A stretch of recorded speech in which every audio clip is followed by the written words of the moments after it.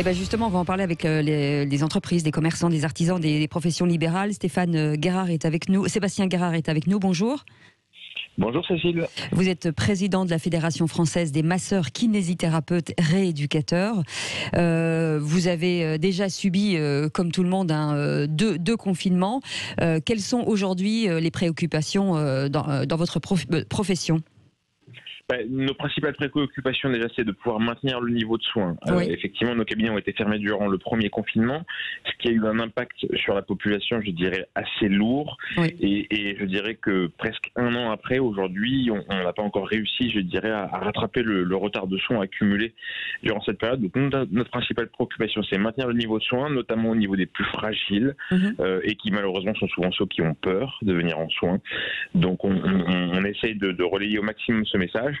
Et puis le deuxième, c'est la prévention, notamment par le respect des gestes barrières, mais aussi et surtout la vaccination.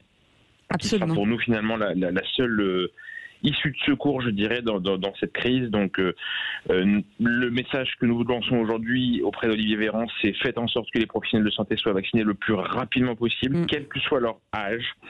D'une part pour préserver les troupes, je dirais, et d'autre part aussi pour nous permettre de mieux protéger nos patients, puisque se faire vacciner, c'est se protéger soi, c'est se protéger l'autre, et c'est protéger l'ensemble de la collectivité. Donc c'est une démarche professionnelle pour un professionnel de santé, mais également une démarche citoyenne. Absolument. Et j'en profite pour dire, parce que beaucoup de personnes ne le savent pas, que vous n'êtes pas limité à 18h. Donc on peut prendre des rendez-vous chez vous après 18h.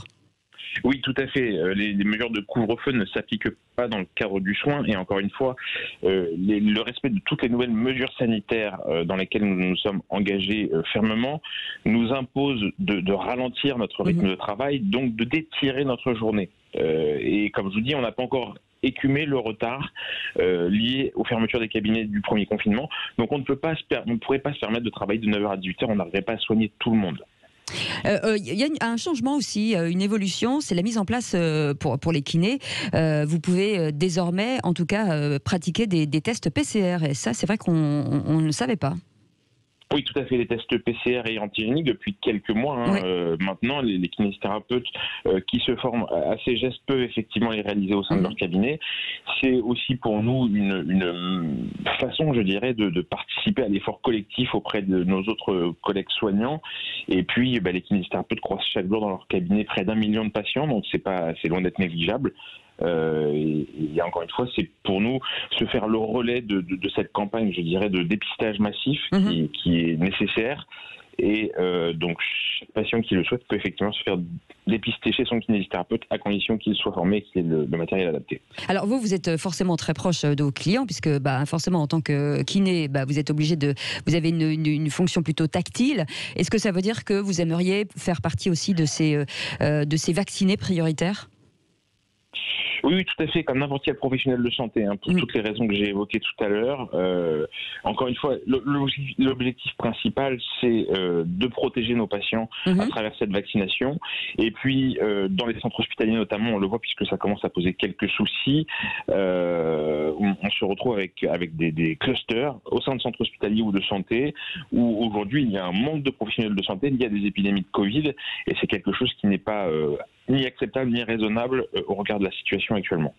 De façon plus large, est-ce que c'est important pour vous aussi de défendre le périmètre de votre profession et de ne pas mélanger un peu toutes ces professions qui sont un peu connexes comme l'ostéopathie ou la neuropathie ?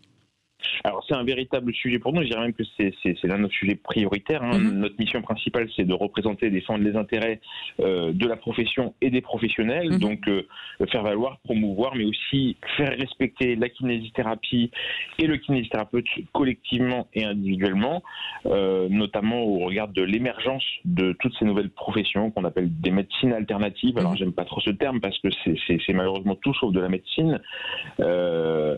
Et l'une de nos missions, effectivement, est de faire respecter, je dirais, le périmètre d'intervention de chacune des professions et d'éviter un petit peu le mélange des genres et surtout d'alerter, sensibiliser la population à ce que sont aujourd'hui de véritables professionnels de santé et ces médecines alternatives qui aujourd'hui prennent une place, je dirais, trop importante à mon goût auprès de la population. De bien comprendre qui fait quoi en tout cas. Merci beaucoup Sébastien Guérard d'avoir été avec nous, président de la Fédération française des masseurs kinésithérapeutes, rééducateurs.